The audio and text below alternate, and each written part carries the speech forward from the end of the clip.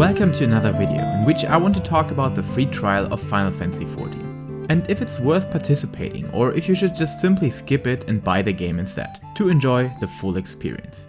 Following on last year's hype where the whole free trial had become a meme by itself, which was kinda difficult to miss actually. However, to sum it up, content creators and players alike hyped about the fact that Square Enix included the whole Heavensward expansion into the free trial of Final Fantasy, which is an exceptionally well received add-on and breakthrough moment for many fans. Where I have to admit, my wife and I fell in love with this game through Heavensward as well, so I can vouch for that indeed.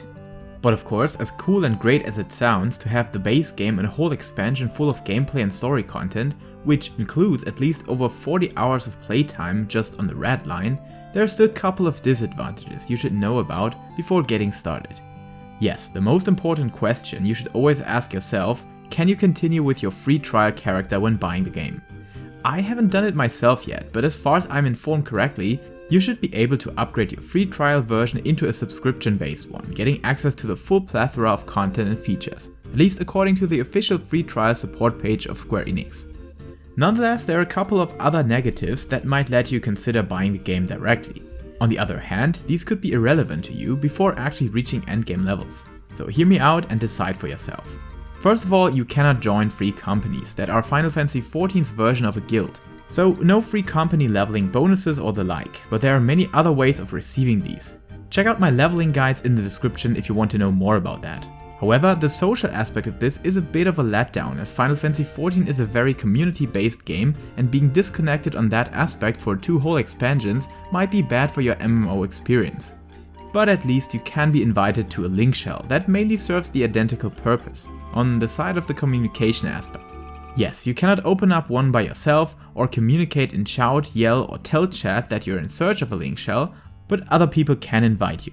Of course, all these social aspects can be solved by being part of an active Discord or by having other friends already playing the game, who then can take you by the hand and provide guidance where it's needed. Many content creators also have more or less active Discord communities, so if this is your only concern, it can easily be solved by moving this aspect into a third-party extension outside of the game. Yes, Discord or TeamSpeak are not considered third-party tools and will not get you banned, so use them as much as you like. Okay, furthermore, you cannot create more than 8 characters on the free trial. But in all honesty, if you have time and effort to spend on 8 characters, it might be the right time to pay some bucks for the game anyways, right? Which can also be applied to the level 60 cap. That is another restriction, but also marks an actually late point of where the decision should be made already, if you like the game or not. I always tell people that never played the game, if they don't like Final Fantasy XIV after they finished Heavensward, it might not be their game indeed, even though there are some very good expansions close in the distance. But of course, social aspects are not the only department that is restricted. Most trading stuff is limited by denying access to the market board, trade with other players, and not being able to use the mock delivery service, which means you cannot use the post service and send letters in-game. And on top of that, your maximum guild capacity is limited to 300k, so if trading and market board flips are something you want to explore, this is not possible on a free trial account. Here I would say crafting and gathering makes true sense mostly when having reached endgame, and it is a restriction that is easy to take together with the fact that you cannot reach levels beyond 60. And if you're really interested to establish a solid guild business, you might be investing much time with the game anyways, and going for the subscription makes sense here indeed. However, there are a couple of restrictions that I consider more impactful to some players. The lesser one being that you cannot create parties, but you're able to join parties of others and participate in content via Duty Finder, which is the natural way of how 90% of the player base approach content anyway, so it's not a big deal. But there is a downside nonetheless, because you cannot participate in PvP content, which is a bit of a wasted opportunity in my opinion, as this normally is unlocked upon reaching level 30 with 1 fighting job and could give some players a very solid way of mixing up the leveling process. And I honestly believe that it has some very good potential. Okay, so let us take a closer look of what you're getting on the free trial. Basically everything that you need to complete anyways, except you're willing to spend money on the story skip package. But otherwise, you get nothing short of one of the best single player experiences of the whole Final Fantasy series. Yes, if you take it like that, the first 2 expansions need to be cleared anyways, and it doesn't matter that much if you delve into the MMO aspects of the game just yet. It might be a feature for some, but like I mentioned, most of these aspects will be fulfilled anyways, and 80% of the time you're watching cutscenes and will find yourself in doing quests with a whole cast of characters, where the multiplayer aspects get saturated the higher you get with your level and main scenario progress. Which means, when your friends finally succeeded in persuading you to give Final Fantasy XIV a chance, you will have a connection to them anyways, as they can mostly connect with you through their already existing link shells or Discord or TeamSpeak, whatever it might be.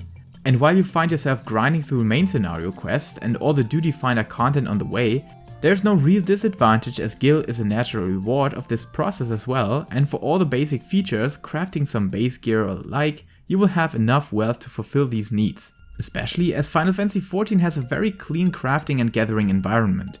So if you're taking both of these ways down entirely, no help from others or the market board is required, and you can easily get all the stuff that you need by yourself. And most importantly, why should you spend money on a journey that can easily take you a month of mediocre playtime hours?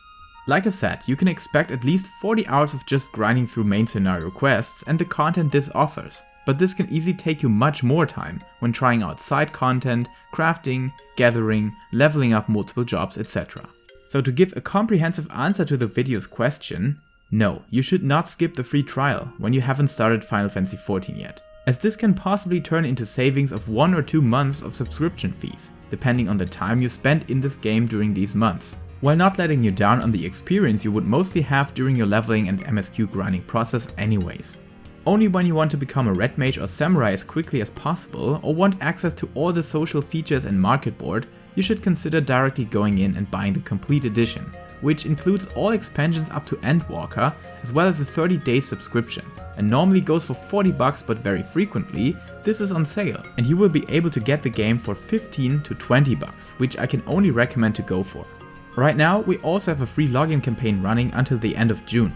For those of you that took a break but still want to catch up on the recent MSQ events or content released in 6.1 or 6.15, which also happens very frequently and is a good way to not keep your account active all the time, but still being up to date for the next patch with MSQ and other unlocks at least. So all in all, the free trial is as good as people claim and only misses out very minimal features that you basically can find workarounds for, except for trading and PvP. But overall this is a very fair deal, and like I said, if Heavensward isn't able to spark the flame of passion for this game, this fire might never be ablazed. And this could be the indication for you to find another game to play. And this is exactly where the free trial comes into play, and a genius move from Square, because they firmly know how good their game got on that expansion, and they want to share their passion and contentment with all the gamers out there that might become a subscribed member of our community as well, in which you're not forced to keep your subscription active all the time, but whenever you feel the urge to. So, see you in Eorzea, no matter if you're running a paid subscription or just a free trial, and if you need any help of getting started, join our Discord server or check out the hundreds of videos on my channel, in which I always try to make the start into certain aspects of the game easier and more enjoyable. Until next time, have a wonderful adventure, take care and keep loving Final Fantasy.